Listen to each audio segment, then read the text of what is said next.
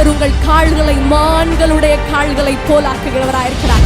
இந்த வசனத்தை யாரு சொல்லுகிறானா? தாவீது சொல்லுகிறார். எந்த சூழ்நிலையில சொல்றாருன்னா, சவுலுக்கு தப்பி ஓடி மலைகள்ல ஒளிந்திருக்கிற ஒரு சூழ்நிலையில தாவீது இந்த வசனத்தை சொல்லுகிறார்.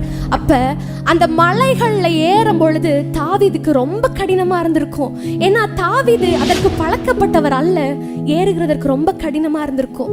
ஆனா அவர் ஏறிக்கொண்டே இருக்கும் பொழுது ஒரு மான் மாத்திரம் ரொம்ப லெகுவாய் தாவீது ஏற கடினப்படுகிற அந்த மலையை ரொம்ப ஈஸியா, ரொம்ப கேஷுவலா அந்த மான் துள்ளி துள்ளி ஏறி போயிருக்கும். அதை பார்த்த தாவீது சொல்லியிருப்பார், அப்பா நீங்க ஏன் கால்களையும் அந்த மான்களுடைய கால்களை போலாக்குங்கப்பா.